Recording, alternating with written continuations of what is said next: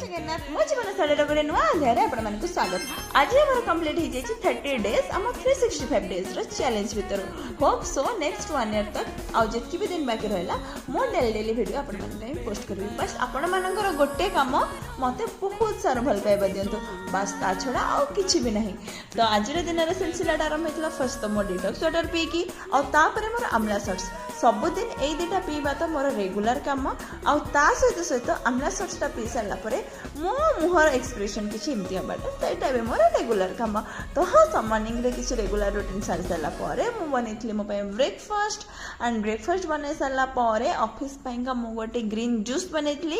अच्छा गेस कले देखी मुझा कौ जूस बनाऊली कमेंट निहाती कहे गेस करके मुझा कौ जूस बनाऊली।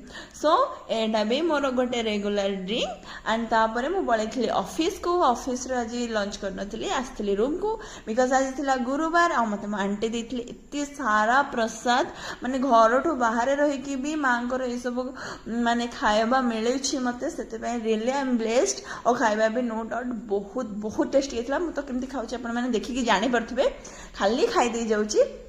संध्यारे मुझे जाइए अपोलो फार्मेसी काम थिला एंड से मोर ना छुआटा सहित देखा सहित लुका छुपी से मेडिसिन स्टोर भितर मुझे खेलदेली और पड़ा आसली घर को।